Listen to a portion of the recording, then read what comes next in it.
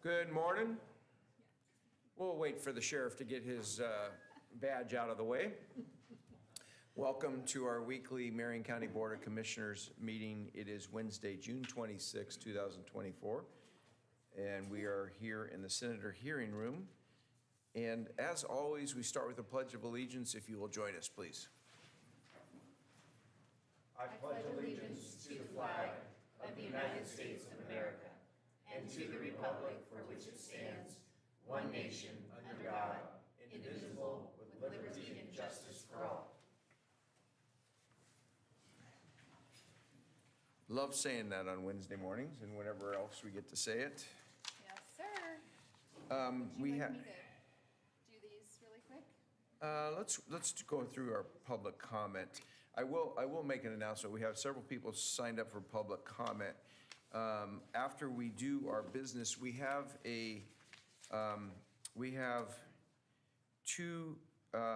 three public hearings scheduled today. They will not start before 9:30, and I doubt we'll be done with our business. The third one on the list involves some of the public, so we will move that up to the top. The other two, obviously, public can comment on because they are public hearings. They're regarding staff and budget, so we'll do those last. So just everybody knows, if you're here for a public hearing that starts at 9:30, we will start those as soon as we can afterwards, with the land use one going first. I'm going to call up David Bean. Even though he signed up last, I'm going to call him up first. David, welcome.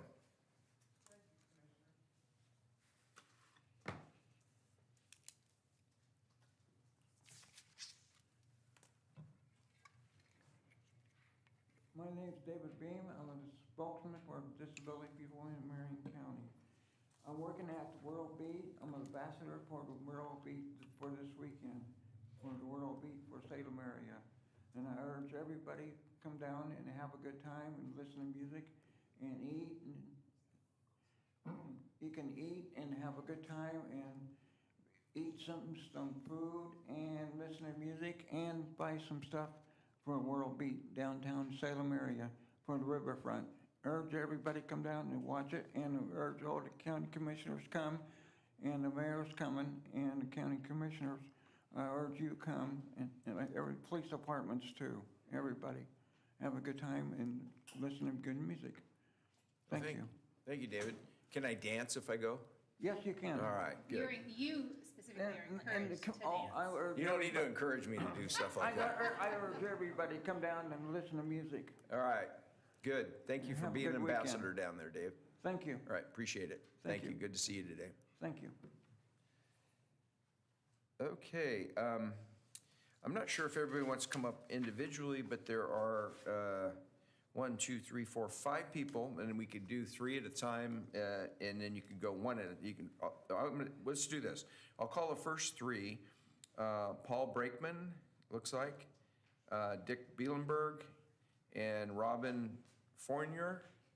And if you all want to come up, we have 3 microphones set up, and then you can go in that order and do your public comment. And please, just for the record, state your name and your where you live and your subject. Go ahead. Good morning. Welcome. Thank you. Good morning. I'm Paul Brakeman. I'm the mayor of City of Scotts Mills. Nice to see you. Pull the microphone as close as you can and really talk into it. Good morning. Thank you. Paul Brakeman, the mayor of City of Scotts Mills. I moved into Scotts Mills in 2008. The dam was was crumbling at that time, and it has steadily gotten worse. I was down there this morning, and the gap, there's one large gap, and then another one forming that's eating away underneath the concrete. So it's like, I don't even know if it's safe to walk on that part of the dam because I could go in. But we've had meetings over the years to discuss it, and some of them just the city and some of them the county. But it's gotten to the point, it's getting very dangerous and something needs to be done. And the last time we had a city hall meeting, Commissioner Willis suggested that we have another work session to figure out if we can figure out what we really can do. So what we're asking is just that we get that work session set up so that we can go over what's there, what actions are available, and which one would be best suited to, solve our problem with the dam. Thank you. Thank you, Mayor. Hello, I'm Richard Bielenberg, and I'm retired from Salem Fire, where I served every position from probie firefighter to acting fire chief. I've lived in Scotts Mills for all my 74 years, except when I spent time in the military. The dam was built when I was a small child, so I don't really recall it being built, but I remember swimming there while it was still fairly new.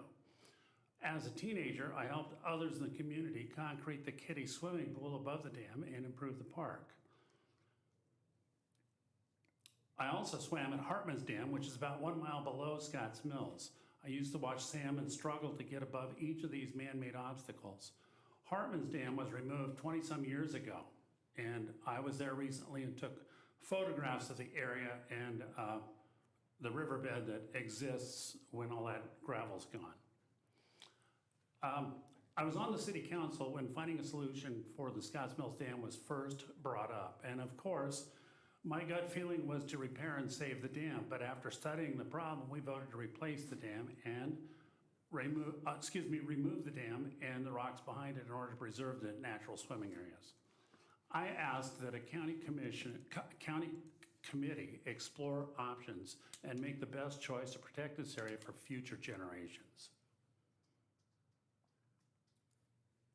Thank you, Richard. My name is Robin Fournier. I'm the city manager for the city of Scotts Mills. I'm here today to request that you hold the work session that Commissioner Willis promised to hold in 2021. Doing nothing is no longer an option. The dam continues to crumble, and the decision to fix it or remove it must be made.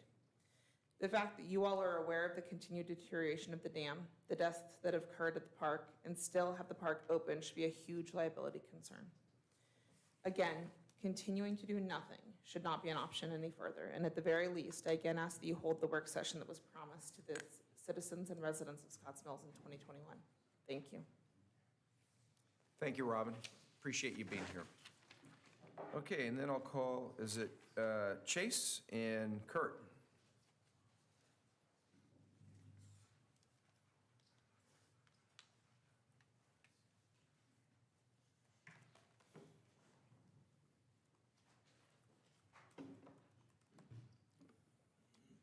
And again, keep those microphones really close and state your name and for the record, please. Good morning, Commissioners. My name is Chase Stoddard, and I am a resident of Malala. I live just on the border of Scotts Mills near the Scotts Mills Park. In fact, I've lived in the Scotts Mills area my entire life. I am also a student at Silverton High School who has strongly supported the Scotts Mills Dam removal project since August of last year, so roughly 10 or 11 months. I'm also a member of our environmental science club at the high school, and I currently serve as the vice president of the Silverton FFA chapter. I am determined to the removal of the Scotts Mills Dam because removal is the best option for our environment, our streams, and our community. If no action is taken on the dam, then we are extending the negative environmental impact that the dam has by trapping essential spawning gravels for native fish, not to mention the numerous liability concerns for the county as the dam gradually crumbles into the stream below. As a local youth, I'm eager to see the Board of Commissioners hold a work session as promised by Commissioner Willis a few years ago. Thank you for your time. Thank you, Chase. And thank you for all you've done at FFA and the good leadership in your high school. Thank you. And yeah, I'll wrap it up here. My name is Kurt Burning. I grew up in Mount Angel, so swam at the park quite a bit as a kid, and now I'm the executive director of the Pudding River Watershed Council. And when I started working on this project, I got a question from community members in Scotts Mills, which is, have you really looked at all the alternatives? You know, before we rush ahead and take this thing out, have we really considered every option? And in fairness, I think the answer was no. And hey, I wasn't working here at the time, so I don't know what that project was like, but I know things were going pretty fast. And so one of my first priorities was slow down, talk to people, and do a detailed analysis of all the options, all the potential outcomes. So what we looked at was, can we just leave it? Can we just do nothing, and leave it alone? Can we repair it? or should we remove it? So first thing, I talked to local residents, I talked to the Historical Society, I talked to the Scotts Mills Grange, talked to the City Council, talked to the mayor, and I also went to outside experts. I talked to staff at the Army Corps of Engineers, I talked to NOAA Fisheries, I talked to Department of State Lands, talked to ODFW. And those are the questions I asked them. Hey, if we wanted to repair this, how would it work? And I'm not pretending to be an expert on permits. I'm sure the county knows much more than I do, but I got a pretty good understanding of what our options were, and I published those in written articles and videos for the community to interact with and understand, so that people didn't feel like it was a rush process. So now I can say, yes, we have looked at all the options, and as everyone else has said, I think the clear worst option is continuing to do nothing. Because we last had this conversation 5 years ago, the dam's in a lot worse shape. It's in worse shape than it was last year just because of the high flows this winter. It gets worse every winter when the floods come through. So let's not watch it crumble any longer. Our ask is the commissioners hold a work session, as Commissioner Willis had suggested. Get everybody together and let's just talk. Let's try to figure out the best option and the best action to move forward with. So thank you for your time. Thanks, to meet Kurt. Thanks, Kurt. Appreciate it. Okay. Thank you for everybody coming, and your public testimony is appreciated. All right, so we will move on with our business. Mr. Chair, before you do, my name was used in vain a couple of times, so I thought I'd like to I didn't make think a it was in comment. vain. I just want to make sure that the record is clear. We held multiple work sessions on this issue. We went to Scotts Mill and held a town hall at the park. And my position is the same as it was then. You have to convince the other people in your community. At that town hall, it was about divided. My understanding is it's still about divided. There's a bunch of people in Scotts Mills who don't want that dam taken out. And I'll be frank, I'm a little bit frustrated at the suggestion that somehow there was some work session that was promised and not delivered on. We had at least two, and I'm happy to direct staff to provide the recordings of those work sessions to anybody who would like those recordings. I know we normally don't comment on public comment, but I felt like in this case it was appropriate. Thank you, Mr. Chair. Do you mind if I make the motion to add the items? Not at all. Yeah, we're going to go back to our normal business here, and go ahead, Commissioner, I would appreciate that. All right, we have two items to add to the consent agenda. Under I move to add two items to the consent agenda. Under Board of Commissioners, approve the American Rescue Plan Act subrecipient agreement with the City of Staten for improvements to 2 city parks. And under Information Technology, approve the purchase order with CVE Technologies for firewall equipment to support increased internet capacity. I'll second the motion. We have a motion and a second. Any further discussion? Hearing none, all those in favor signify by saying aye. Aye. Aye. Okay, so that's done, that's done. We'll go right in the consent calendar, including those two that we just added. Commissioner Willis, would you like to make that motion? Okay. Mr. Chair, I move that we adopt the consent agenda. And the Board of Commissioners approve the American Rescue Plan Act, ARPA subrecipient agreement with the City of Staten, in the amount of $250,000 for improvements to 2 city parks through December 31st, 2026. Under Business Services, approve service agreement with Cannon Cochran Management Services Incorporated in the amount of $175,201.48 to provide claims management and administration for the Marion County Self-Funded Workers' Compensation Program, effective July 1st, 2024 through June 30th, 2029. Under Community Services, approve an order authorizing the Marion County Chief Administrative Officer to execute and authorize payments under the Marion County Down Payment Assistance Program in the amount of up to $125,000 for each application for fiscal year 2025. Approve incoming funds grant agreement with the Oregon Business Development Department in the amount of $650,000 for the Opal Creek Wilderness Economic Development Beachy Creek Trail project through September 22nd, 2027. Under Human Resources, approve an order adopting revised Marion County Administrative Policy 305 and Procedure 305A, protected leave. Under Information Technology, approve the purchase order with CVE Technologies in the amount of $564,729 for firewall equipment to support increased internet capacity through December 31st, 2024. Under Public Works, schedule final consideration to adopt an administrative ordinance for July 3rd, 2024, amending the Marion County Comprehensive Plan by adopting a 40-acre amendment to the City of Silverton urban growth boundary for public land and rezoning land. Under Treasurer's Office, approve an order to eliminate a petty cash fund in the amount of $100 for the Marion County Sheriff's Office Community Corrections Division. I second the motion. We have a motion and a second on the consent calendar. Any further discussion? Hearing none, all those in favor signify by saying aye. Aye. Aye. All right. Under our first item of, under first action item, Community Services, consider approval of contract for services for the Ingalls and Associates, Inc. in, Mr. Chair? Yes. I'm a little confused. Are we going to do the presentation recognizing the canine donor? It's on the first page of before consent. well, you're not confused. Okay. The chair is. Oh. Yes, sir, and we Yeah. have an animal in the room that would probably like to go to work. Yeah, that's right. And you know what? I didn't want to do this presentation because I have a plaque on my desk that makes me the permanent commissioner dog dummy. True. And I didn't really want to have to admit that this morning. I thought the dog dummy was Commander Bernard's, but that. No, no, it's signed by other two commissioners and it's permanent, so I can't get out of it. For the record, that means the person in the suit. Yes. Sorry, thank you, Commissioner, for Yeah, no, it's, reminding me Yeah. that we needed to that's a do beautiful something. picture.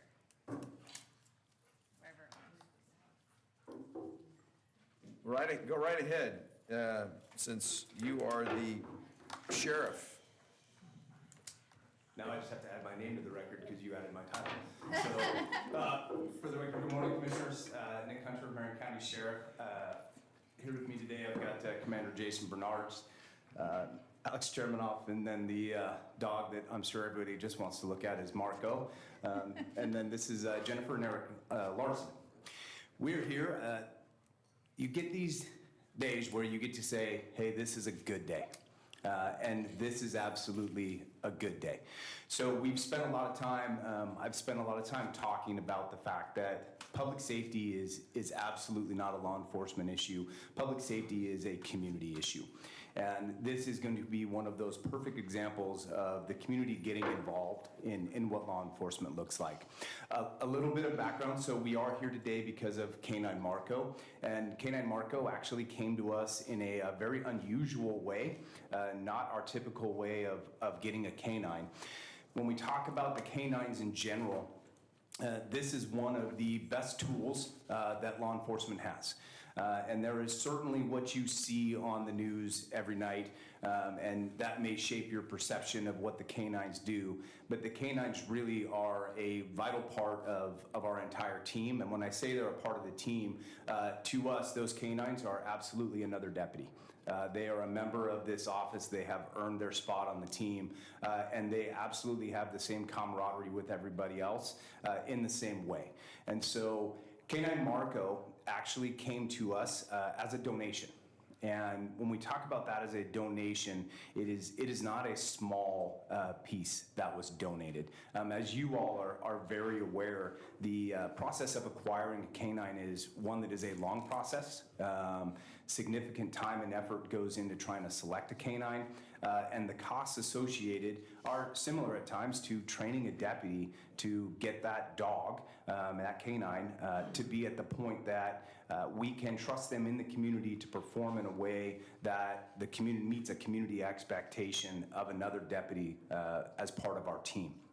And so in this case, Jennifer and Eric Larson, who you can have a moment, you can question them here in just a minute or speak to them.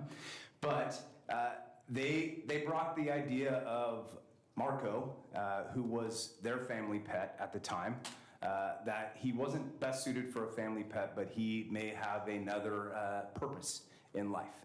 And so Jason Bernards at the time was our canine sergeant, was able to go out, and what really intrigued him was, and some of you will remember a dog named Rolo. who I still think was probably one of the best canines I've ever been around.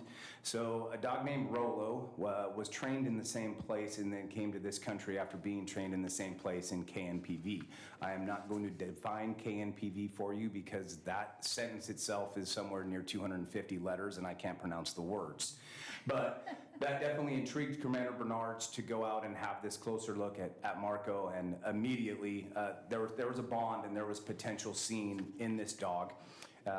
There was a significant amount of training that took place. Commander Bernards, back then as a sergeant, actually did most of the training to bring Marco to a point that he was certified. And then we are able to also have our very first female canine deputy in Alex Chermanoff, who is Marco's handler. So there are several firsts and wonderful things that surround this, but I really just can't emphasize enough the importance of the canines, what the canines do for this agency, what they do for our communities, and to be able to have one donated that became so successful, it was really something that should be brought to you all. And it is something that we should be recognizing as a community, because this is really a very, very impressive donation and making a difference for the office.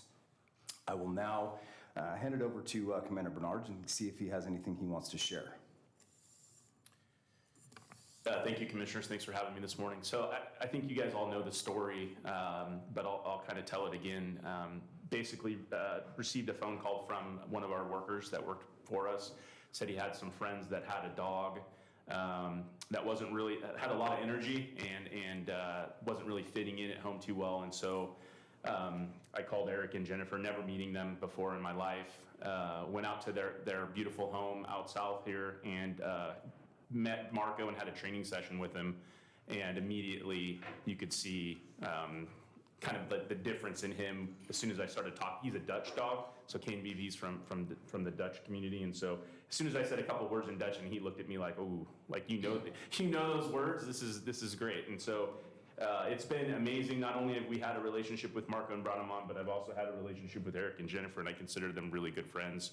They're fantastic people, so I'm super happy that we're getting to recognize them today. So. Fantastic. So we do have a small token that the Sheriff's Office put together, and I'll let you all see it first. Something for them to commemorate this donation, and certainly what's been very interesting is I've been given constant updates, and I know that not only did they donate Marco, but they've stayed very close to what Marco has been doing and how Marco is doing, and so they've continued their involvement. And so although it'd be a small token, we wanted to give them something to absolutely remember Marco, and since they put him into service, what he is doing for the community. So we're really asking you to just help us honor both Eric and Jennifer today for their contribution and how wonderful and great that contribution is. Eric, Jennifer, would you like to say anything? If you do, pull that microphone up really close. I just want to make sure, our daughter Claire had Marco for a year and a half, and it was a wonderful experience for her and our family. I'm sorry, these dogs get under your skin. Oh, yeah. We can't be more grateful to Jason and Alex and the Marion County Sheriffs, because they saw what we saw and what Claire saw. So we want to make sure that she's also, you know, she was the person that got him first and then called Dad. Daddy's too much. So it became a story that's turned out wonderfully, and we're grateful. So thank you. Marco protected Claire in New York and Boston and Washington, D.C. She'd go running with him and walking with him, and no one ever bothered her. She was a young woman. And, living in a small apartment in Washington, D.C., she broke her foot, and then so she couldn't walk or jog with him anymore, and he became kind of a handful. So that's how we had him shipped back to us, and we took care of him for about 3 months, and he got me in real good shape. But they are herding dogs, and they're high energy dogs, and he is now living his best life. This is what he's meant to do. It would be a shame for us to have kept him, and don't have near enough energy. But Alex has just done wonders with him, between night and day, since we donated him and where he is now. So And Jason. And Jason, Save of the course, yeah, all the training, so. Thank you very much. We like to support Marion County Sheriff's Office. And thank you. Yeah, Eric, Jennifer, thank you. And Eric, probably could still run circles in the kitchen, right? Eric and I used to cook together many, many years ago. 50 years. Yeah, it's been a long time. But I want to offer you a challenge. If you're around for the Marion County Fair, will we have Marco out there for the fair? We can do whatever you want, sir. And I would gladly give up my personal, permanent dummy? commissioner dog dummy, and have you get in the suit. Oh, you want me on the receiving end of Marco? It's kind of experience. It's an exciting experience. So thank you so much for your service to the community. And would you like to? Yeah. No, this is my, I don't know if this is working. Yeah, there it Yep. is. Like I said, first female handler, brought a lot, and then having a dog that no idea what I was doing, and getting to the point here where we're at, we've come a long ways. I keep in touch with the Larsons quite often with sending photos and just to say how he's doing, and it's been a blessing with him. You know, every dog has its own challenges, but you know, we're working through each challenge, and it's been a good journey so far, and looking forward to many more years. Fantastic. Thank you. Congratulations. You want to have a presentation, get a photo? Yeah, absolutely. All right.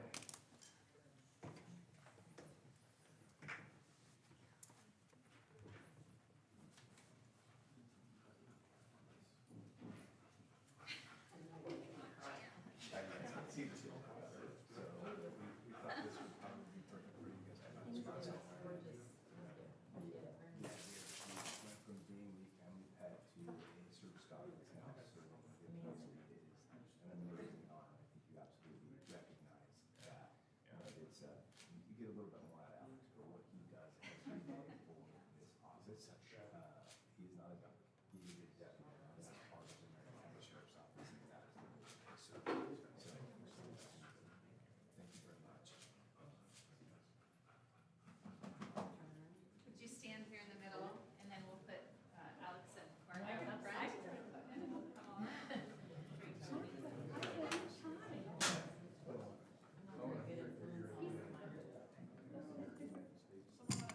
Here, Chad, you want to bring this to the top there so we see it? So he takes the right photo. Oh, exactly. This is how you do it. We're all, There we go. Everybody ready? Right here. 3, 2, 1. Good. All right.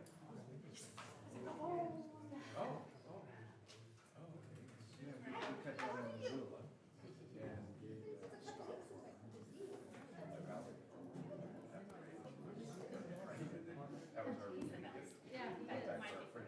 Oh, bars too. People would kind of like. I have so many pictures lately of Bride with him with Claire and his Christmas outfits.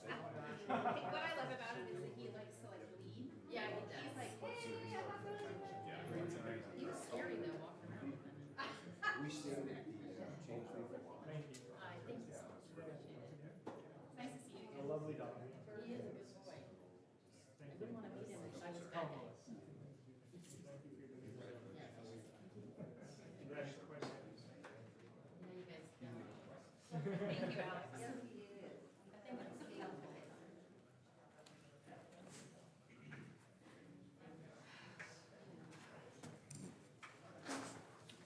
Okay, I'll just remind everybody, I think we had a couple people come in for the public hearings that are scheduled to start at 9:30 or later.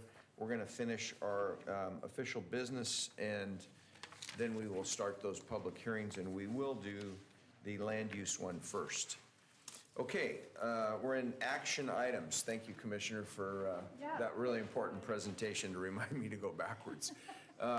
First item is under Community Services, consider approval of contract for service with Ingalls and Associates and not to exceed $299,534 to provide marketing, sponsorship, campaign services for Marion County Fair effective October 1st, 24 through October 1st, 27. Kelly, welcome. And you're just going to go right through both of those, I believe, right? Yeah, we can rock and roll Yeah, on let's both do of them them at the both. same time. Well, good morning, Commissioners. My name's Kelly Weiss. I'm the Economic Development Program Manager here with Marion County in our Community Services Department. And as Chair Cameron mentioned, we're talking about two different items on the agenda today. We might as well work on them together. The first one is for our event sponsorship and marketing for the Marion County Fair. And we hire a contractor to help us with creating a marketing campaign for our fair, as well as bringing in business and nonprofit sponsorships to be able to make sure that we can have a really viable fair. It's a great resource for us. And then the second item is working for an event coordination services agreement. This is for support for actually the event coordination, actually all the action items that it takes to put on the great Marion County Fair that we have. So both of these agreements are set to be with Ingalls and Associates. May 1st, the Marion County Fair Board reviewed both of these RFPs and made a recommendation to the Marion County Board of Commissioners to award both the contracts to Ingalls and Associates. So for the event sponsorship and marketing, the proposed contract is for a term of 3 years with the opportunity for extensions up through the 2030 fair. The proposed contract is for $299,534. And I think it's important to reiterate to the public that this doesn't mean that the contractor is automatically going to be receiving $299,000. There are 3 different types of payments within the contract. The first is payment for services, and then the second 2 are potential commission, and then the third is potential reimbursement for expenditures. So within that $299,000, there's $29,000 over the course of the agreement for payment for services, and then the balance is for commission and for potential reimbursement for expenditures. So this contract is set to be funded out of the Marion County Fair Fund, which receives its revenue for fair proceeds as well as state subsidy. So that's the first one, that's the marketing and sponsorship. With the second agreement. Before you move on, I have a question. Yeah, go ahead, Chair. Because I wasn't able to be at the work session for this. So is this total amount per year, or is it No. divided over the 3 years? It's divided over the 3 years, yeah. Thanks. And then for the second one, this is for the event coordination. This one's for a term of 3 years as well, with the opportunity for extensions per our procurement processes. So this proposed contract is for $914,000, and just like the prior agreement, this one has different payments within it. So that doesn't mean that the contractor is automatically getting $914,000. It includes payment for services and then potential reimbursement for expenditures. So within the agreement, it includes $55,000 annually for payment for services, and then that equates to $173,368 total over the 3 years of the contract. And then a potential for $740,632 for potential reimbursements for expenditures that they do on behalf of the Marion County Fair over the 3 years of the agreement. So the 914 is a total of all of their efforts to be able to put on the fair, both for payment for services as well as reimbursement for expenses that they purchase on behalf of the Marion County Fair. So with that, I'm open to any questions. Questions for Kelly? I asked her all my questions upstairs. Good? Okay. Then Commissioner Bethel, I believe it's your motion. I move to approve the contract for services with Ingalls and Associates, Inc. in the not to exceed amount of $299,534 to provide marketing and sponsorship campaign services for the Marion County Fair effective October 1, 2024 through October 1, 2027. I'll second the motion. We have a motion and a second. Any further discussion? Hearing none, all those in favor signify by saying aye. Aye. Aye. Okay, and you want to go ahead and do the Sure. next one? I move approval of the contract for services with Ingalls and Associates, Inc. in the not to exceed amount of $914,000 to provide event coordination services for the Marion County Fair effective October 1, 2024 through October 1, 2027. I'll second the motion. We have a motion and a second. Any further discussion? Hearing none, all those in favor signify by saying aye. Aye. Aye. All right, Thank you very much. thanks, Kelly. Okay, next item is under Human Services. Consider approval of amendment number 1 for contract services with Bridgeway Community Health. I won't go through all the details, but welcome, Carol. Good morning, Commissioners. So for the record, I'm Carol Hurd, Addiction Treatment Services Division Director with Marion County Health and Human Services. And I am here today seeking approval of amendment number 1 to add $551,531.94 to the contract for services with Bridgeway Community Health for a new contract total of $641,531.94 to provide detox and substance use treatment services to individuals with substance use disorders through June of 2025. This contract is funded through an intergovernmental agreement between Marion County and Oregon Health Authority for community mental health and addiction treatment and recovery services. And a portion of these funds are then allocated to other community providers to support individuals accessing substance use treatment who may lack other resources or ability to pay for those services. Do you have any questions? I don't think you'll have the answer to this, but could you get me the data on what this contract covered as far as youth versus adults last year? Yes. I mean, I have a number of individuals served, but it's not broken down between youth and adults, so yeah. If you could just ask Tim or someone to Yep. give that to me, that'd be great. Commissioner Willis, you good? Yeah, I am, I'm sorry, Carol, I know you brought this before us. I am a little bit just curious.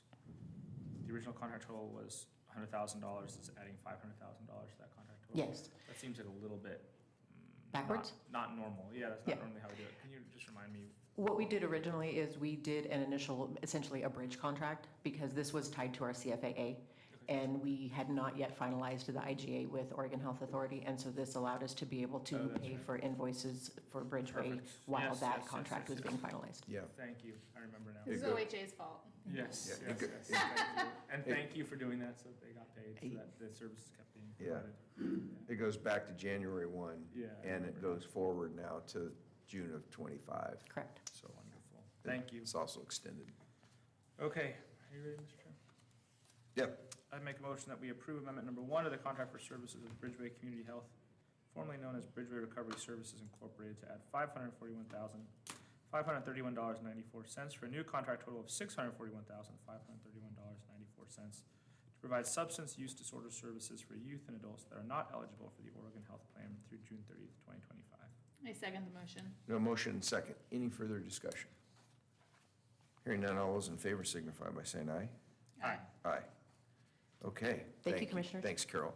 Christina, you're up. Consider approval of amendment number 2, the incoming funds intergovernmental agreement with the Oregon Health Authority. Good morning, Commissioners. Christina Birchie. For the record, I'm Program Supervisor for Housing Services within Marion County Health and Human Services. I want to make an amendment. This is not a contract through OHA. It is through ODHS. So I apologize for that error. This contract, we receive referrals directly from ODHS for families who are involved in their self-sufficiency or child welfare programs or have an active child welfare case. It provides funding for a case manager and barrier removal funds to house these families and provide limited case management services up to 6 months. We have been in contract with them since approximately 2020, and things have been going very well. Every family who engages with us, we pretty much are able to house. And this contract adds an additional funding for barrier removal, $10,000 to be exact, and then also extends it out to another year through to June 30th, 2025. And also it allows us to provide services to ILP clients. So those are youth who are aging out of the foster system and need housing. Your paperwork is all right on. It's just the way it's written here. So we'll make sure in the motion that we state that Yeah, I got correctly. Any questions for Christine? Nope. Okay, we'll take a motion. All right, I move to approve amendment number 2 to the incoming funds intergovernmental agreement with Oregon Department of Human Services to add $130,000 for a new contract total of $250,000 for the county to provide housing placement and case management services to families referred by the Oregon Department of Human Services, Child Welfare and Self-Sufficiency through June 30th, 2025. I second the motion. In a motion and a second. Any further discussion? Hearing none, all those in favor signify by saying aye. Aye. Aye. All right. Okay. All right, our next item, I'm not sure who's coming up to do this one from, consider approval of contract for services with Iris Telehealth Medical Group. Okay, Natalie, Medical Group PA in the amount of $575,000. And I'll let you go through the details. Hi, good morning. My name is Natalie Stone, and I'm the nurse program manager for the medical teams in behavioral health. I am here to get approval for the contract with Iris Telehealth Medical Group in the amount of $575,000, and that is for a 2-year term with the option to extend. Iris Telehealth began providing virtual behavioral health in 2013, and they provide us specifically with prescribers, psychiatric nurse practitioners, psychiatrists. I do believe they even have some social workers and psychologists.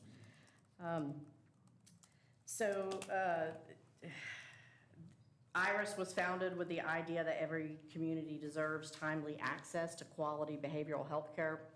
And with the vacant positions and with the shortage of psychiatrists that the nation is dealing with right now, they are instrumental in helping us fill those gaps for coverage. Trying to think, do you have any questions?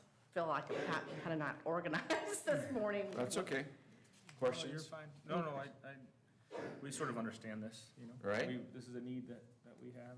And, Oh, yeah. And we hope that we'll be flooded with therapists, and in the future, we'll never have to use telehealth, contract telehealth services. Yeah. But until that day comes, people need care. Yeah, And- yeah. And this helps us provide the care that people need in our community, so. And we have a prescriber right now from Iris, and we just think she's amazing, so. Good. She's very helpful.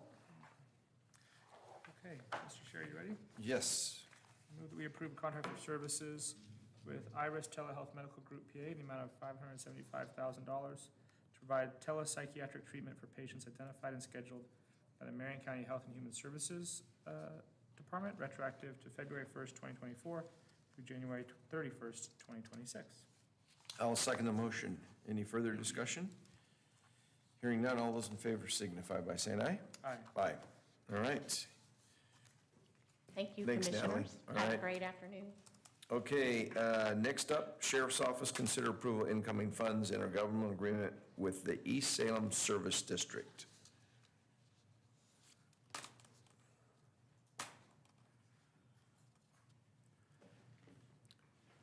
Good morning, Commissioners. Thanks for having me back. My name is Jason Bernards. I'm the Enforcement Division Commander for the Sheriff's Office. I know the board is very familiar with this IGA, so I won't take up too much of your time, and I'll try to be brief, but we did put together a little presentation that explains the services, if I can figure this out. Better you than me. I'm trying. Oh, maybe that worked. Okay. There you go. So as the board's aware, this is for the intergovernmental agreement between the East Salem Service District and the Marion County Sheriff's Office for patrol services. It's for funding 10 specific patrol deputies for the East Salem Service District. As the board's aware, the East Salem Service District is apprised of the communities of Hayesville and Four Corners. The characteristics of both of those, the boundaries within both of those neighborhoods, it's really similar to an incorporated city, two incorporated cities there with the population that we have there. So this is just a brief history of the East Salem Service District. It started in December 30th of 2018. That's Senior Deputy Chris Bangs on the picture there. He was our first assigned East Salem Service District deputy. The following 6 months, we added 9 more for a total of 10 in 2018. And that was the initial agreement was for 10 deputies to remain viable for about 5 years is what the original agreement was. This is just a breakdown to show the services provided to the East Salem Service District. It is our busiest district in the county. Basically total call volume, there's 38% of all calls that we respond to are in the East Salem Service District. Along with patrol, some of the things that our patrol deputies do is they obviously provide law enforcement for the service district, but they also go to community functions. They go to community meetings as well as school programs and functions as well. So that we really are community oriented in the East Salem Service District. And again, this chart just shows the difference in the call load. The green is the East Salem Service District and the blue is the rest of the county. This is a total call volume for the East Salem Service District from 2018 to May of 2024. Just gives you some kind of an idea of what type of calls these 10 patrol deputies are responding to. It is quite the busy district. This is the funding model. This shows the initial funding model. The dark color graph there is the revenue, and the blue is the expenses. And as you can see, that's why we're here today. The initial funding model didn't provide enough for inflation with the cost of personnel, which is the majority of the funding. And this is the new funding model that I'm bringing with you today, which gets us right even with those 10 deputies. So it's the $1 a month for the 5 years with that funding model, because it kind of shows you the graph there, gets us right where we need to be with that. The agreement total is $6,101,222. And if approved, it will start on July 1st and it will go through June 30th of 2027. And that does provide the 10 deputies that I mentioned before. And this just kind of gives you a breakdown of the fee monthly, annually, the number of units in the year, the difference between the commercial and multifamily residences, the single family residence, and then the total. And this is going off the 97% collection rate that they're proposing. That's really all that I have. Is any questions? Questions? I know your team out there got an award recently from the neighborhood associations out there, so I know they're grateful for your work. They did, yes. The community has been great. It's been a good partnership. It really has.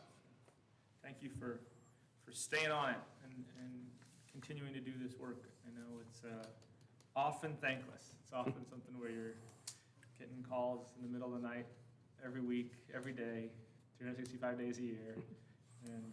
And then you can go to these meetings and the public can ask you hard questions in reward for all the sleepless nights you've had. But I'm glad you guys got an award so that you do know that they appreciate you, in the midst of all the grind. Absolutely.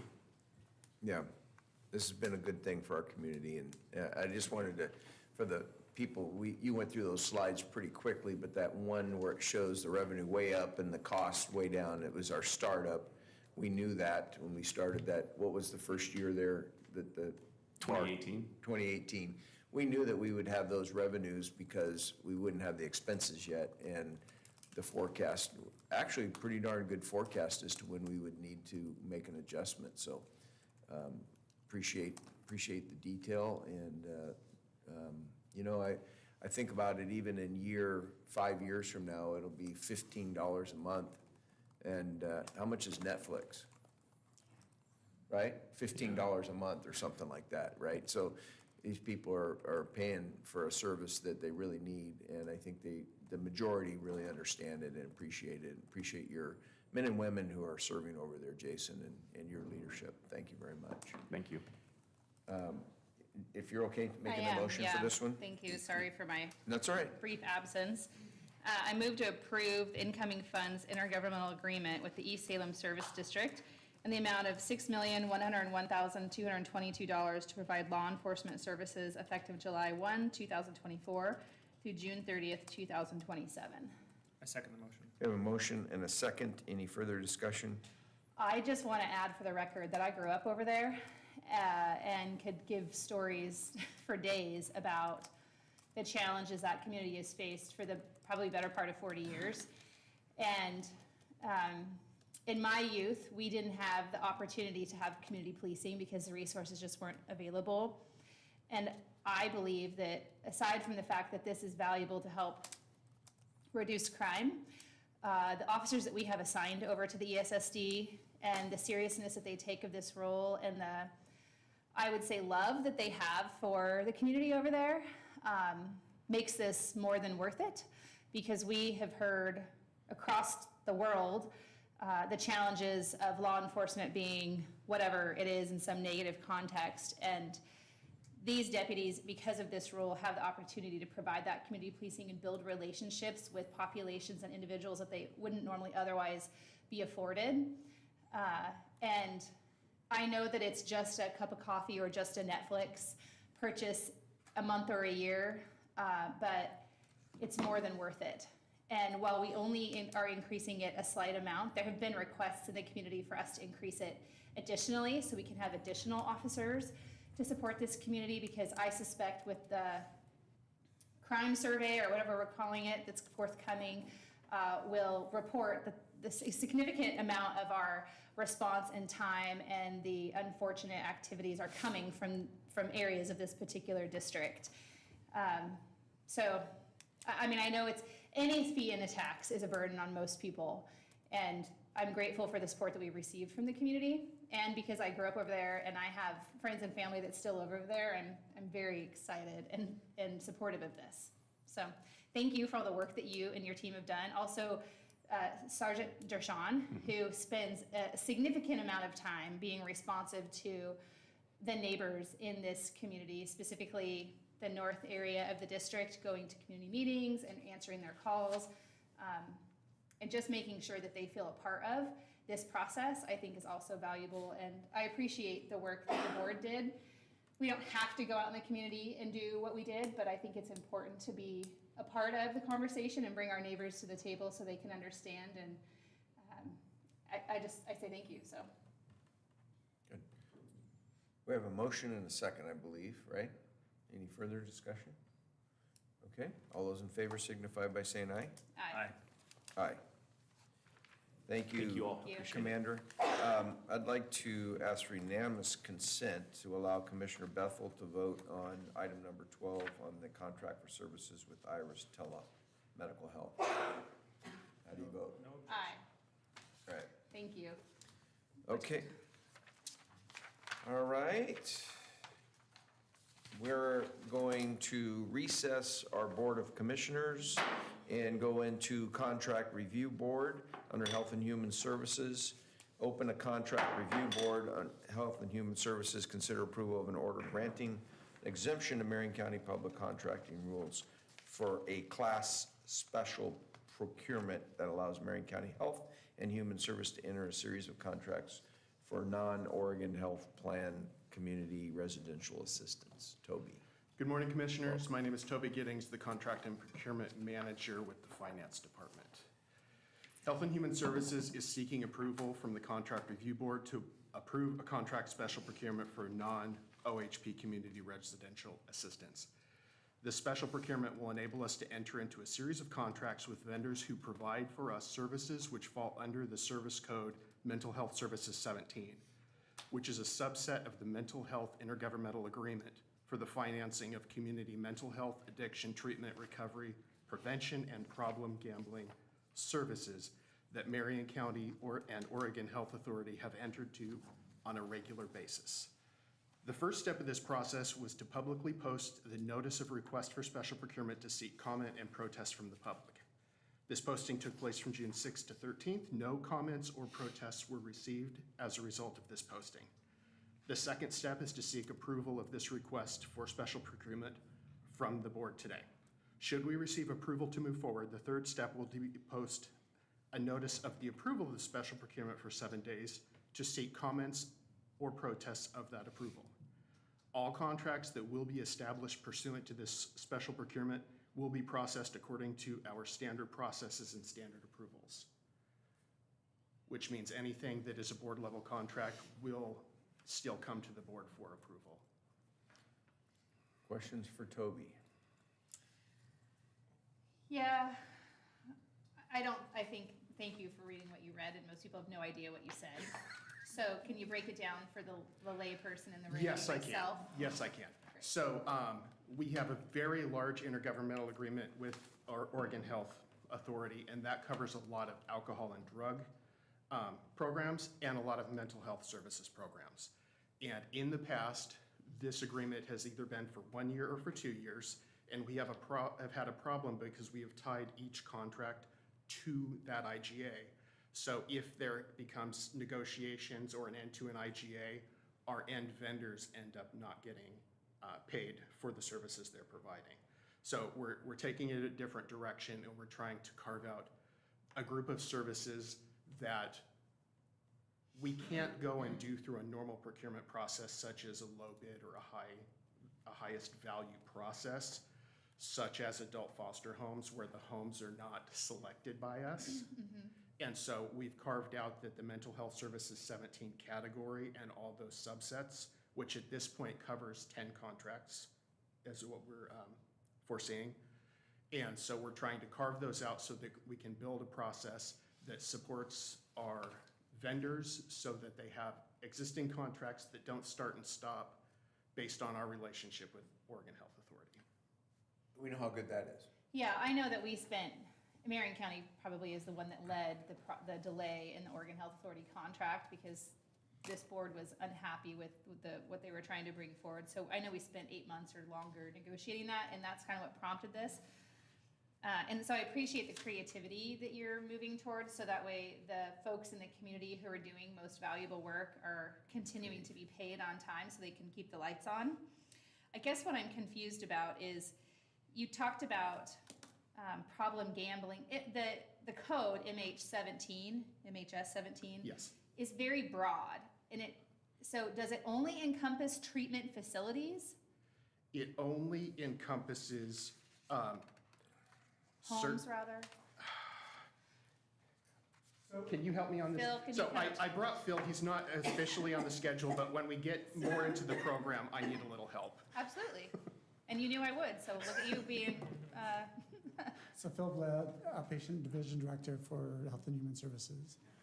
So mental health, section 17, is sort of similar things that Carol was talking about today. yeah. So the IGA with Bridgeway, so they would cover those services that we don't provide. So we'll have residential foster homes, PCTN, which is a particular sex offender treatment that we don't provide for the Psychiatric Review Board. So a lot of services that we don't necessarily have contracts with, because we don't get to pick them, but the state picks them. Okay.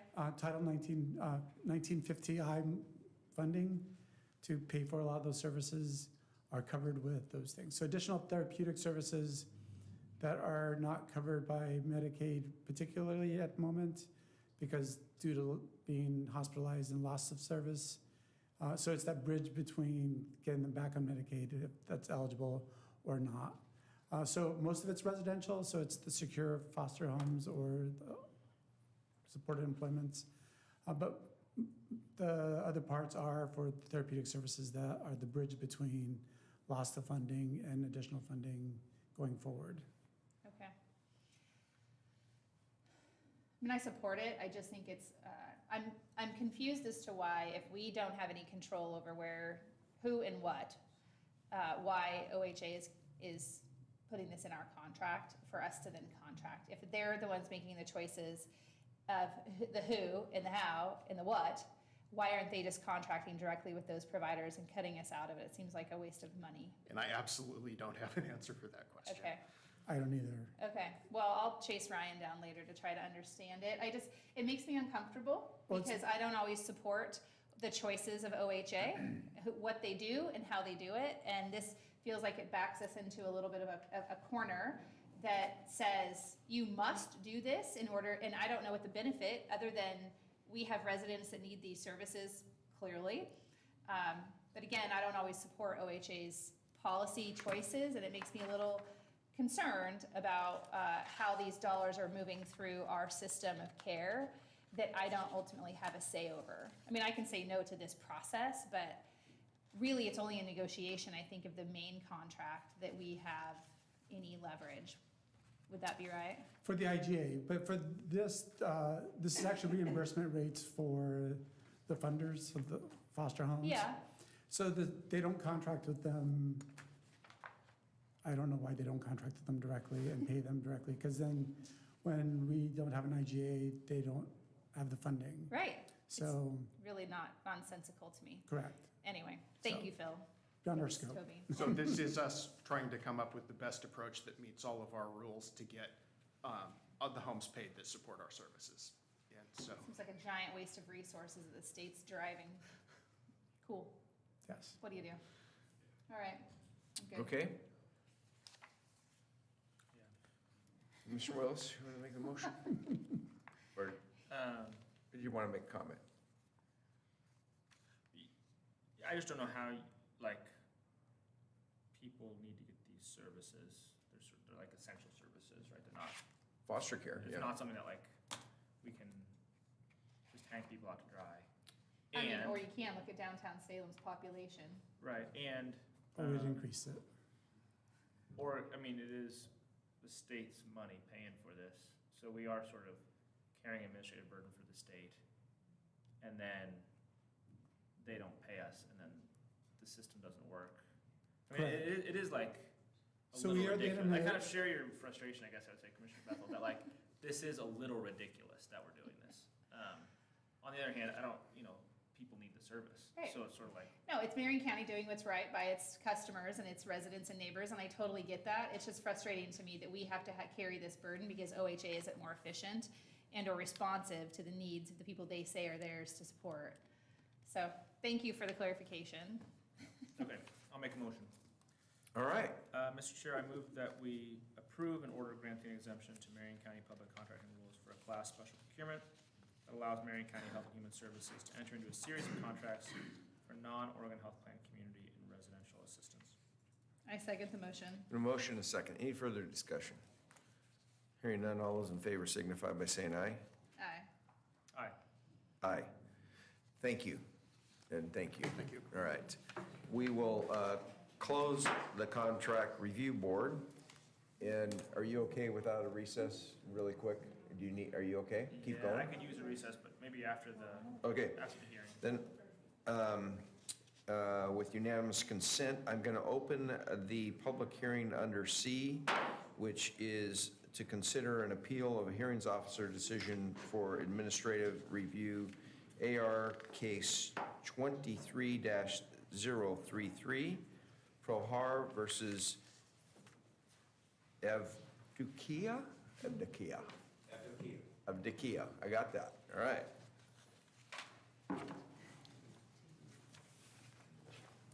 Yeah. No, I mean, I want to.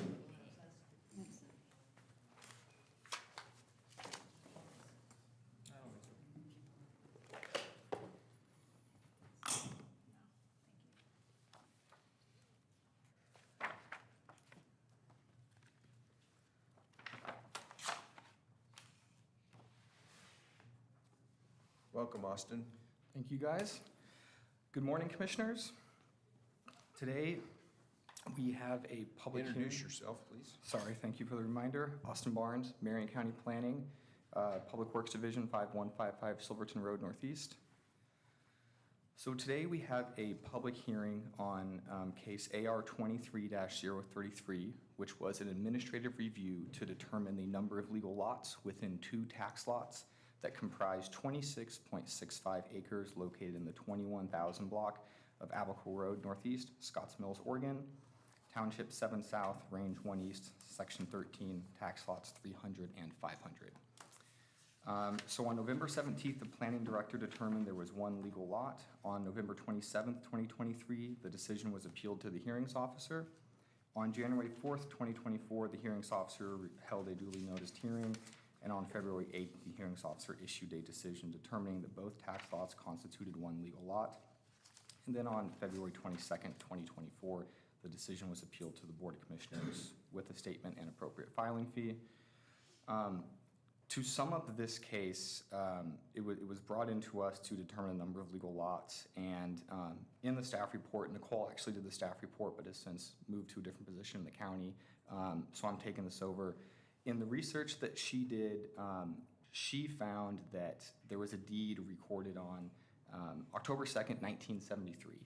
And this deed had two different legal parcels in it that comprised two legal lots within the two tax lots we're talking about right now, 300 and 500. Then subsequently, on March 11th, 1975, there was another deed that was recorded that referenced a legal description that was used in a contract sale from a different volume and page. And this legal description constituted one lot that encompassed those two tax lots that we're talking about, 300 and 500. So essentially the way that staff reviewed this application, the determination that staff and the hearings officer made was that there was a deed in 1973 that said there was two lots. There was then a deed in 1975 that said there was one lot. This all happened before our comprehensive plan was acknowledged on September 1st, 1977, or at least our subdivision requirements, not the whole comprehensive plan, excuse me. So the way that staff interpreted this and the hearings officer interpreted this was that because the last lot of record in 1975 was constituted one legal lot, coming now to do this legal lot determination, staff looks at it still as one legal lot.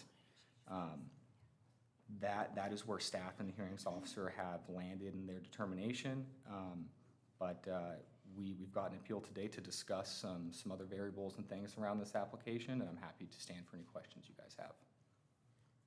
I do have one question based on what you just said. 1975, you said there was a contract, there was a land sales contract that described it as one lot.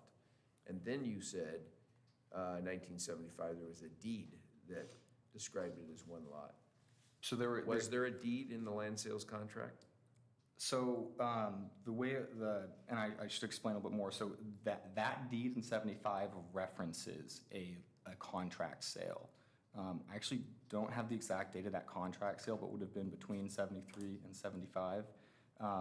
And that legal description, so the contract sale sold a portion of land out of the deed that 1973, the lands in the deed in 1973. So that land that was sold out of that deed is not part of the application anymore, and what was described left over was one lot that comprises the two tax lots we're talking about today. Hopefully I didn't make that less clear. I'm trying to read my notes here that I read out of the file. Yeah, the file down there. I might want to go back and reference. Go ahead. Questions, go ahead. Let me just ask a clarifying question. I actually think what you just said was super helpful. Maybe, and this might be for, even for me, I'm not sure I totally understand exactly how Marion County does its recording. Did the deed that was recorded in 1975, did it reference the contract sale, and then was the legal description in the contract, or was legal description that was that you're referencing in the recorded deed? So the contract sale references a legal description of what was sold out of the tax lots we're talking about now, and what is left over from that contract sale is the legal description of the two tax lots that he applied to determine. So is it the contract, so the contract was referenced by the deed, is that right? Correct. Okay. I guess I'm a little confused on the recording side of it, because I think that's, and I'm probably way off because this case is very complicated and very confusing, and I'm sorry for that. If they would have recorded versus somehow differently, identifying the two lots into one, then there'd be no dispute. But because there was not a formal recording of this said contract, that's where the confusion comes in? Yes, a slight clarification that, yes, so that contract sale sold out a portion of land. Yes, I understand that. Right, and then so what was left over wasn't described as two separate lots. But isn't there a description on the record that states that there are two separate lots? Like, I guess my question is can the description in the contract be irrelevant to this because it wasn't a formal filing of the merger of two lots into one lot by recording? It could be. What staff has found in this application is that because they were described separately in 73 and then described together in 75, we take that as combining the lots into one. But isn't there a formal process that you have to go through to combine lots that's complicated and expensive and annoying? Yes, but that only came in September 1st of 1977. So we're playing in imaginary land before where you can kind of do what you like. I see. Thank you. I know we want to let the applicant talk about this, but I think this was, when this came before us before, this is sort of my position, and I just want you to know that, like, I really respect our planning staff, and so it's okay if you take a different position in this. But I think when I think about this, and when I looked at the statutes, it seems like we have the ability as the county to interpret the rules, especially in a case like this, where we can say, two legal lots were recorded. And then, especially because my interpretation of this is, it might have been accidental. Like, it might have been that, like, somebody did a contract, and what they were just saying is, we're selling you this portion, we're not selling you this portion. But then because that was referenced, because that contract was referenced, now there's sort of a inference that the lots were combined. But isn't it the case that we have the ability to not make that inference? Like, we can make an interpretation here, and because they didn't go through that formal process after 1977, we can say the lots weren't combined. I mean, don't we have that authority? Yeah, I would agree with that statement, and I think that's exactly why we're here, to get, your guys' interpretation on this. I see legal counsel wants to chime in here. Yes, if I may, Commissioner, the way I would characterize the board's role is the board may interpret its code, especially code which is not based, where the language is not basically identical to state law. Right. So the board does have authority to interpret its own, for lack of a better term, independent code language. Perfect. Good. May I ask a follow-up question Yes. to Austin? Why did yourself and the hearings officer make the decision that you made? So, and I would say, so I didn't make the first decision on this case. Okay. I wasn't the staff planner. I'm taking this up now. Okay. But the staff planner who worked on this case, she actually came from the clerk's office and was a deed clerk for many years and mapped out legal descriptions and was very knowledgeable about the world of deeds, legal descriptions, how that law works. So her research was very in-depth and kind of as the code states, as the law states, without getting into a lot of different other variables, just reading it as it was, and that was the decision that was kind of read as just a letter of what the code says as a plain interpretation at that time. Okay, That's a good point. thank you. Good. That's helpful. Okay. You want to rest for a minute? Great, because you may be back. You can. Is it Don? Yes. Mr. Kelly, right? Yes. Welcome. Thank you, Commissioners. My name is Don Kelly. I'm an attorney from Silverton, Oregon, and I'm here representing Prohar and Evdokia Bodanov. And Mr. Bodanov is here with me today. Mrs. Bodanov intended to be here, but she's recovering from surgery and just didn't feel up to it. And I want to... Keep that microphone close to you, though, so pick it up. Usually lawyers get picked up by everything, but that's okay. I will keep it close to me so that we get picked up. I want to make clear that I have nothing but respect for your planning staff. I have worked in 18 counties and 35 cities, and consistently Marion County has the best planning staff, the most user-friendly. And just because I disagree with them occasionally does not mean I don't fully respect them, and I do. And now on to rubbing your back. You took away a lot of my a lot of my presentation by your comments and the obvious preparation that you put into to this. So I'm going to cut my presentation a little bit short. These are 2 small acreages out on Abaquaw Road that the Bodenoffs bought for their 2 sons. These are going to be home sites for their 2 sons. And when they bought them, they believed that they were 2 separate. There is one legal description on their deed, but it references 2 tax lots. And notwithstanding all of the history of land use in Oregon, when lay people see a tax lot, they think that's a legal lot. And that's a reasonable assumption. Everybody agrees that these were 2 legal lots historically, that there was a time in history when they were 2 legal lots. The question is, can you accidentally lose that right? Can you accidentally lose that right? And I want to read your own code, 17-110-360. Lot of record means a lot which is part of a subdivision or a lot or parcel described by meets and bounds, which has been recorded in the office of the county recorder. There's no question that that occurred. Now the question is, can you lose that accidentally? My understanding of the planner's decision and the hearings officer's decision is a little bit different than what Austin presented. A lot of the documents that are in question here are from the early 1970s. And to put that into context, and I think Commissioner Bethel put her finger on this, that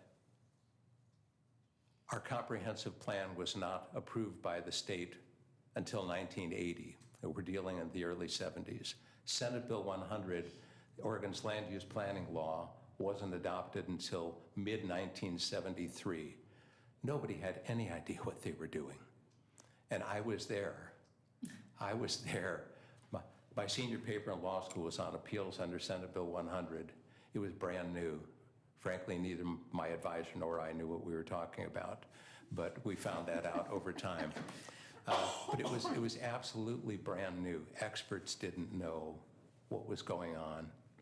My understanding is that the planning decision in this case really revolved around the 1974 land sale contract. And it's important that 1974 land sale contract, some of those early 70s documents were an assignment of a land sale contract and then a reassignment by a bank. And the bank, that was just collateral. If they had collateral to back up their loan, that's all they cared about. But the 1974 was a land sale contract. We don't know who wrote it because there's no attribution in it. I'm glad I didn't write it. If I'd written it, my name would be on it. But there's no attribution. What is important about that 1974 land sale contract is that one of the parties was from Nevada and the other one was from California. They were out-of-state people. Not only did people in the state of Oregon not understand what was going on land use-wise, both of these people were from out of state. And yet we looked at that land sale contract to say that that should cause them to lose their rights under Marion County's code. So I think before you today are two options really: to reverse the decision of the planning department and the hearings officer and say that no, once it was decided that these were legal lots, they could not be lost or could only be lost by a very intentional, demonstrably intentional act, which we don't have here, or to remand it to planning to examine intent. I think here there's no real reason to remand it. I think that there is no evidence of intent, and your code clearly does not allow for ever losing it. And so to Commissioner Willis's comment, do you have the right to interpret your law? Your law does not. It says how they get created. It does not say that they can never be lost, accidentally or otherwise. So I do believe that if parties made it clear that they were giving up that right, and there are times when this would happen, it could be a condition of a land use permit. They applied for something else, and to make that work, they had to combine 2 lots or parts of 2 lots. Then there would be an intent to do that. But here, we don't know who decided to give one legal description instead of two, or why. But the two tax lots always remained, and everybody always believed that these were two separate lots. And I would hope that here we could decide that Mr. and Mrs. Bodnoff's boys can each get a lot for their home sites. So if you have any questions, I'd be glad to try to respond. Questions? I don't have any questions. I would just say that you just validated why I don't think we should follow anything California does. Among other reasons. Among other reasons. That's all I have for you. Mr. Chairman? I think you're good. Okay, thank you. Thank you. Thank you for your time. We and need trouble. you, you're still here. Any questions to Austin?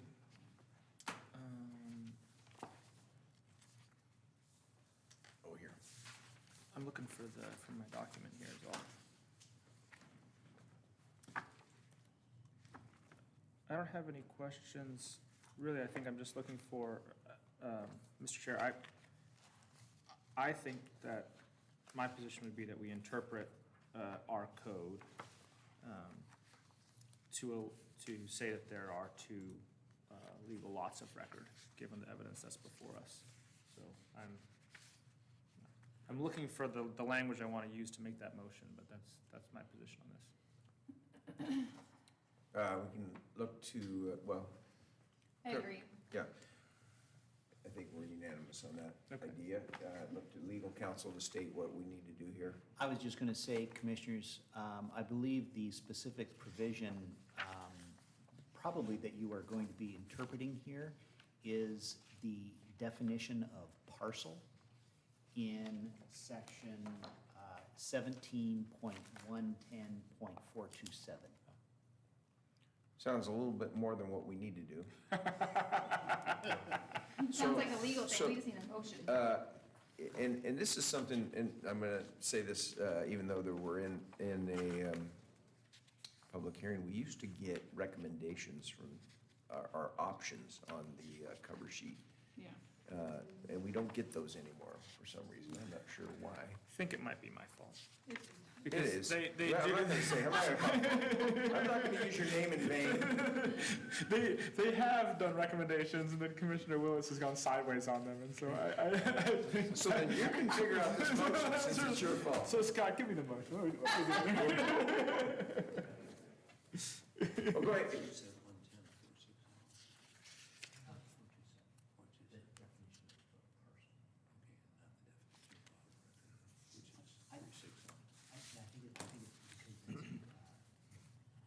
Don't we have, So- Sometimes we Yeah, can. they can. They can. Counsel. Sometimes what we do is we sort of send it back to planning to basically come I back don't with do a that. plan. Well, they're going to come back with the order. With the order, Right. Yes. right. Right. But in this case, can I just make a motion to direct planning to come back with an order? Stating that we Stating that we still have two- recognize that there are two separate Two lots. lots of record in this case. Correct. That is, Let's make that is- motion. That And addresses. then they can spend some time working out the language. That addresses the appeal that is before the board today. Right. Make that motion. Mr. Chair, I move that we direct staff to come back with an order that says there are two legal lots of record in this case.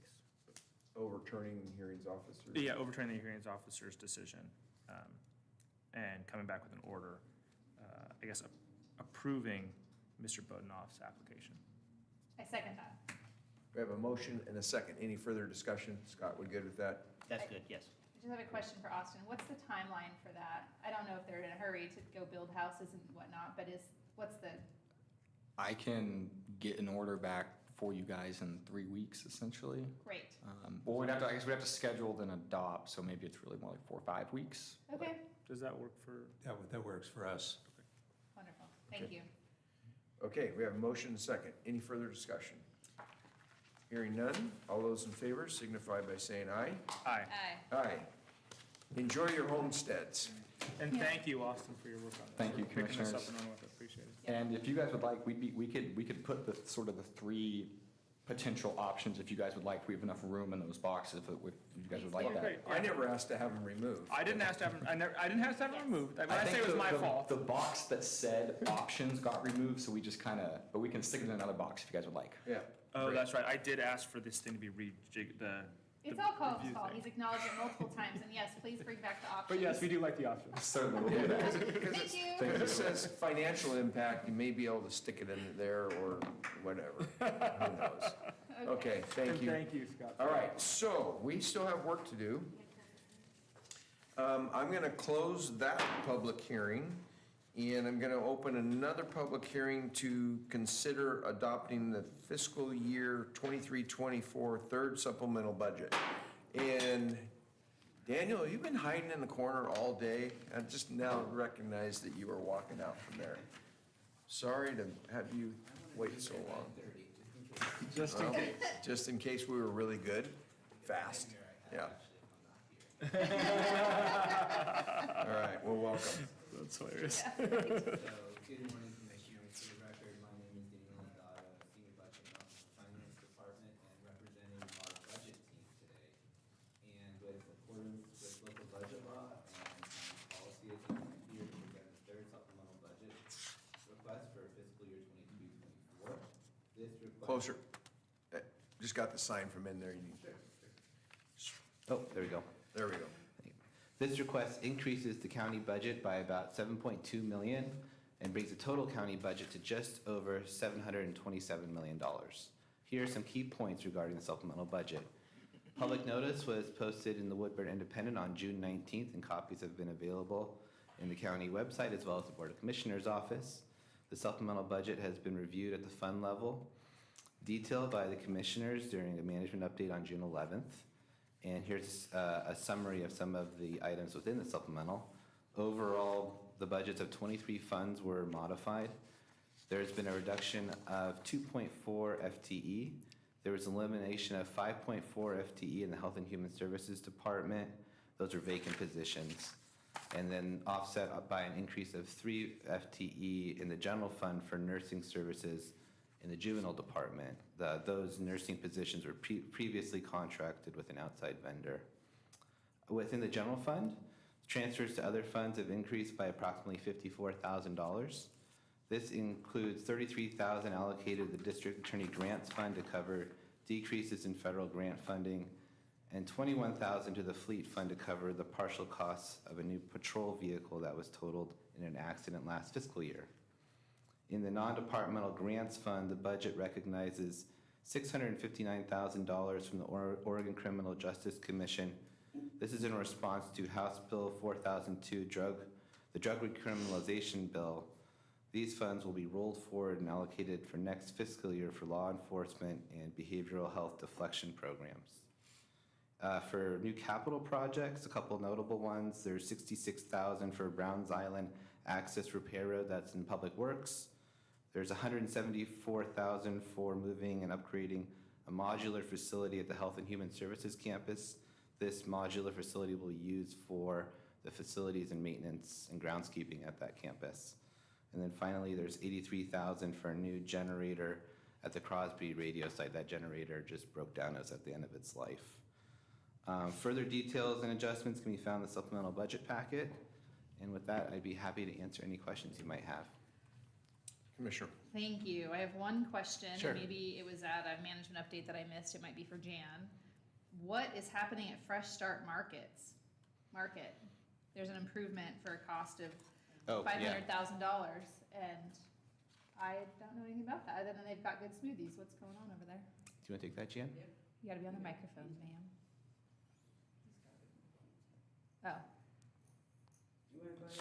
Sure, this was a modification. It originally started as, if I remember correctly, an improvement to some of the kitchen equipment there, but then it became, once they started to get in and see what the problems were, it became more of a modification of the whole kitchen system and tearing out walls and putting in new piping and making it more suitable for industrial type kitchen and food preparation rather than just limited.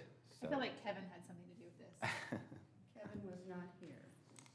I So apparently he's out wasn't of either. it. It was a warming kitchen, and that's what it was set up as, and they're using it to cook and to do things. So a grease trap and the lines and. So will this help all prevent all the permit grease smoke from occupying the Certainly hope space? so, yes. I'm not opposed to it. This Yeah. is not a Yeah. conversation anybody has had in front of me, and so, The fan above the stove, you know, they got into it, thought it was a $50,000 project, but by the time they started looking into what it really takes, what the permits would be, and the work that needed to be done, it's escalated, so is this one of those line items that has a bunch of one-off contracts that are less than the board's eyesight gets, and so it's just rolled up into this amount?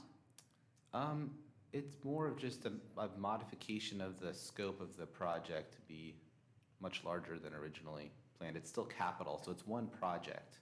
I guess As what far my as- point is that I don't Yeah. know anything about it, and this is the first time I've It's- heard of it, and I just, That's a good point, 'cause I you don't know. know that we've seen a contract for 500,000. in fact, right? Troy's never No. even sat in front of us and said, hey, we're gonna remodel the market, and I'm supportive of it, but the point is that this is $500,000 that I didn't know about and till today, and it just doesn't seem like the process we would normally go through. Typically, Troy would come to the board in management update or somewhere and be like, hey, we're gonna spend $500,000. And I think he submitted it to Business Services, which is looking at the facility in total, so they both should have come. But- Described it. But Jan, we have not signed a contract to do No, this work yet. no. This is an estimate, and so we're putting it in It's the the budget. initial to I get see. it, and the Adjusting the budget. project funded for the Got budget. it. Yeah. So sometime they're gonna come to us and say, this is what we They wanna will do. now. And Our process is Okay. for the budget to be in place before they can come before you and seeking the contract amendments or new ones. So Interesting. we have the budget authority to buy it. Yeah. And if we say no, they can't buy it. They can't spend that Sure, $500,000. absolutely. I do know Even if that. it's in the budget. Yeah. So there's still a, Under your control. yeah.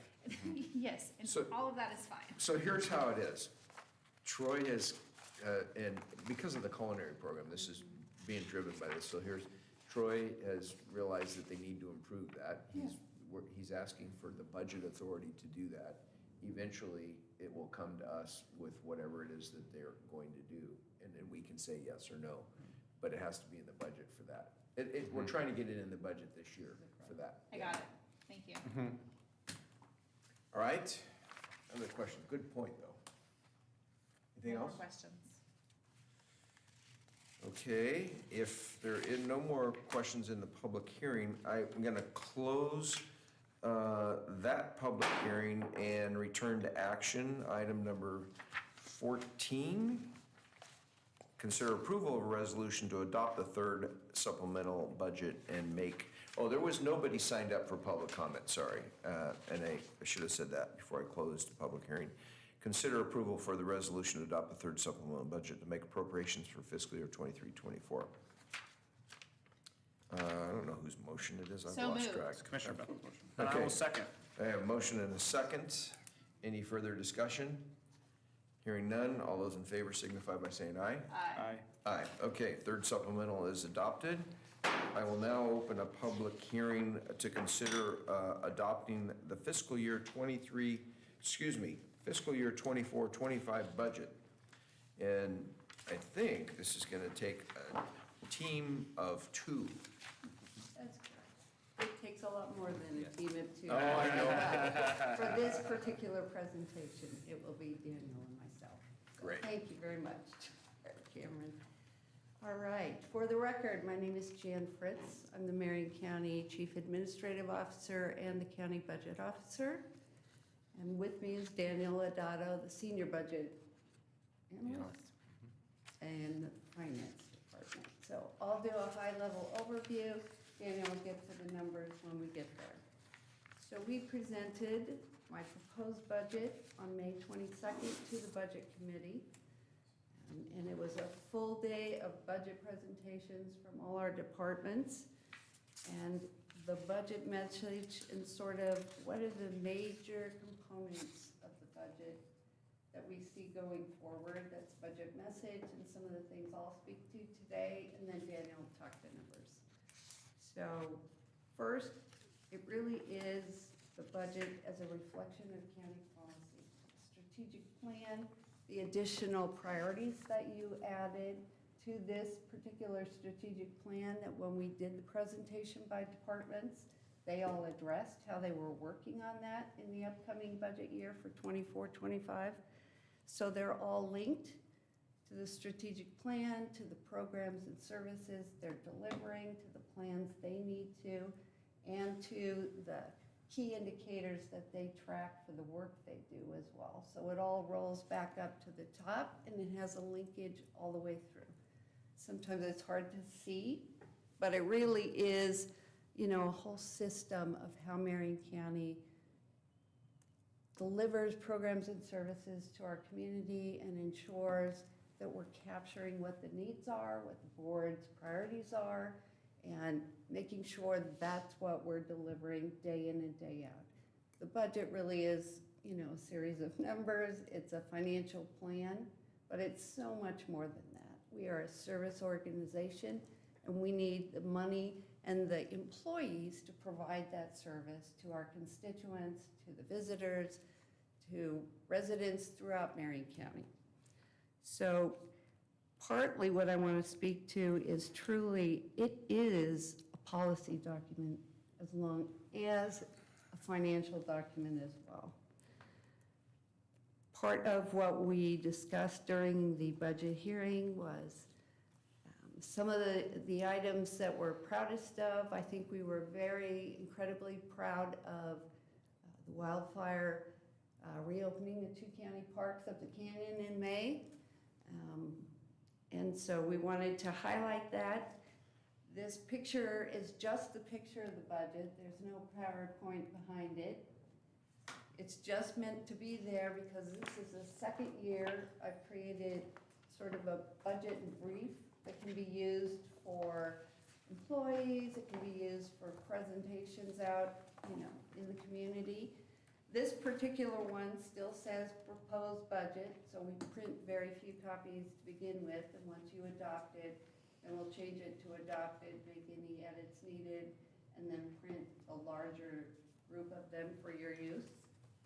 So I just wanted to say, you know, I think it's very useful. People really enjoy it, and if you look in the pictures, you know, it highlights the reopening of parts of the canyon and what it really took from our employees, from volunteers, from the sheriff's office, for everybody to come together to get those parks open for our constituents.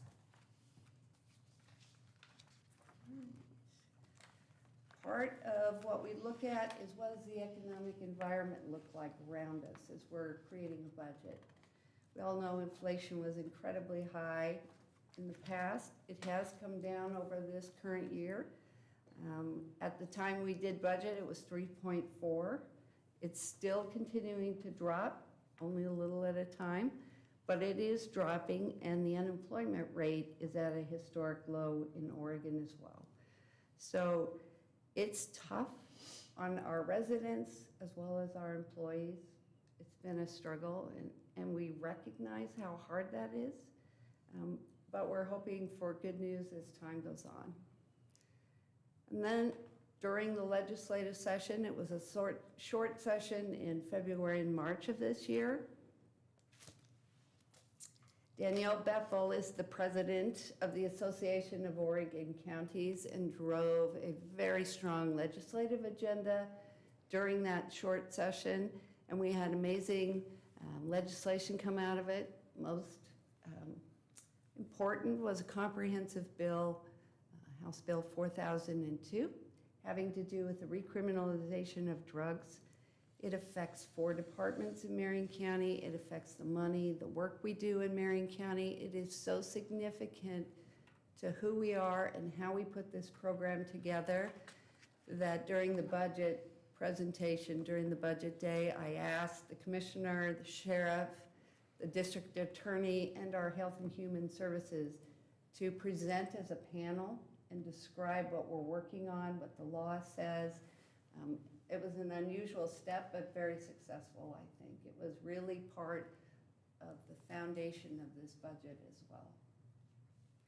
and the work we are doing is going forward. I know we'll keep updates on that as we move along. That, wildfire bills, there were a couple of wildfire recovery bills, one that reset property taxes for the 2020 wildfire. It has specific conditions on it that you can only get if you meet those conditions. But we believe it's really going to be helpful for the residents up there. Let's see. District attorneys are now qualified as police officers and have moved into the PERS budget, where their deputy district attorneys had moved in 2021 based on legislative action. Another huge budget driver for us is pending legislation. The Mossman order, the state hospital, what we consider is by not following what we think is normal, what the statute says the state hospital should do, the burden is being placed on Marion County communities, Marion County public safety, and it's harmful to us. And so the board determined last September to sue the state. I mean, we don't do that often. I don't recall when we've done that, and I've been here a long time. But really, we are working that forward and truly believe that that is a statute. They need to do their job. We're doing our job, and we need everybody else around us to do the job to make Oregon what it should be. Let's see. So then we got to the 2024 budget, which totals after the third supplemental, which I believe I heard Daniel say $727 million. The proposed budget is $732,810,729. It approves 1,658.72 FTE, which is a decrease of 16.2, mostly from the health department again, eliminating vacant positions. So as they look at their work and the work they're doing, if they're not spending the money on positions, they want to reorganize and put their money where it needs to go, which we're very thankful that they've taken the lead to do that. We think it's very effective and makes for a better budget. Departments submitted 16 decision packages. I proposed, you approved as a budget committee, 12 of them for $1.2 million.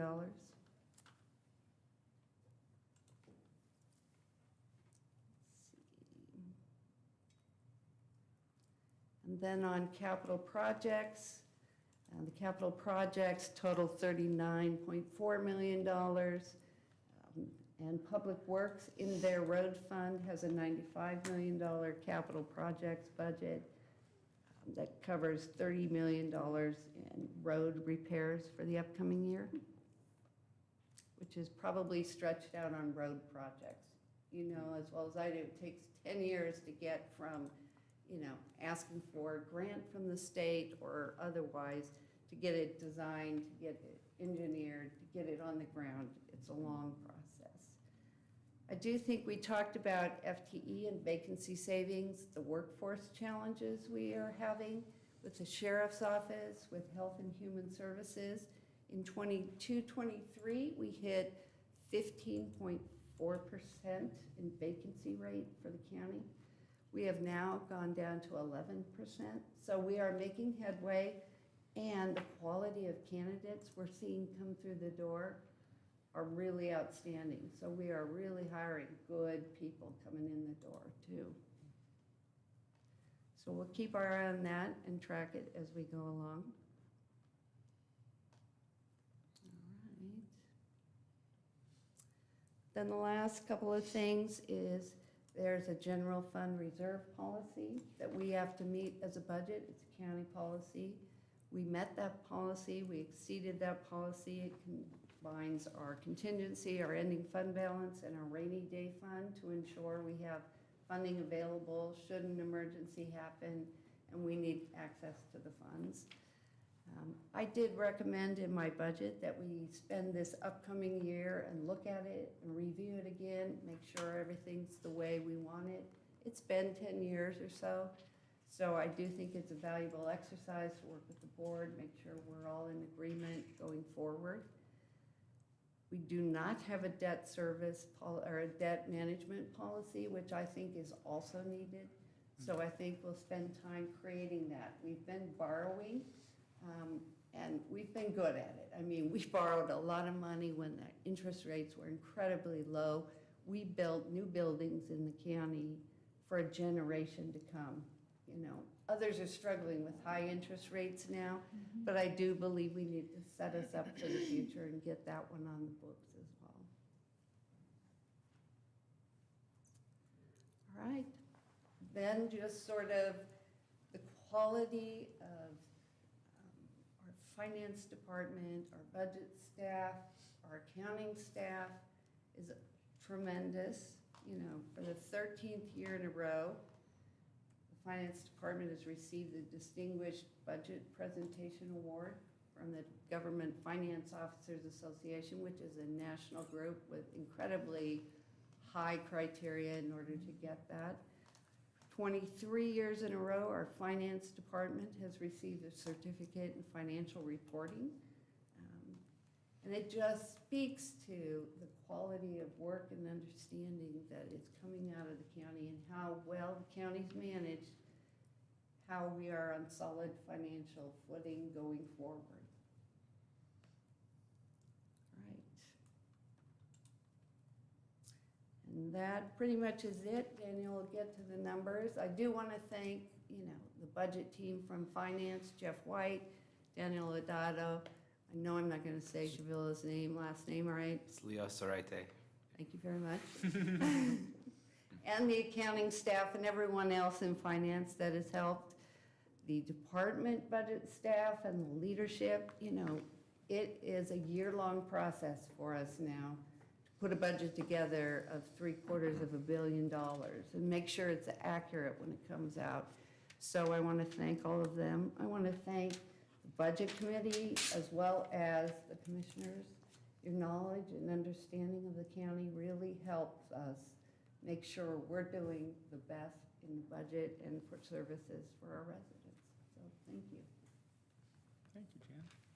Yeah, good job.